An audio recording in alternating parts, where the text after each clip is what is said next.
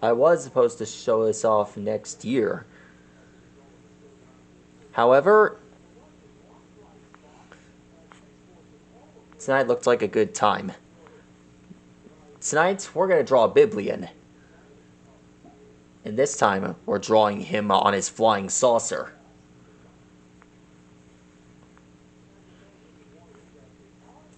Alright, that's him. Now let's draw the rest of his body. By that, I'm talking about his flying saucer, which is basically one of my favorite parts of the flying saucer itself. This guy can summon this thing at command.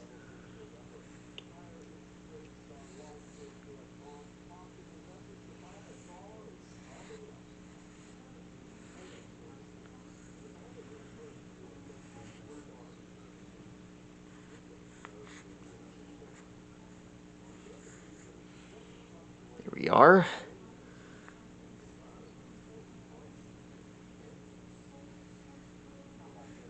And done. That is how you draw a Biblian.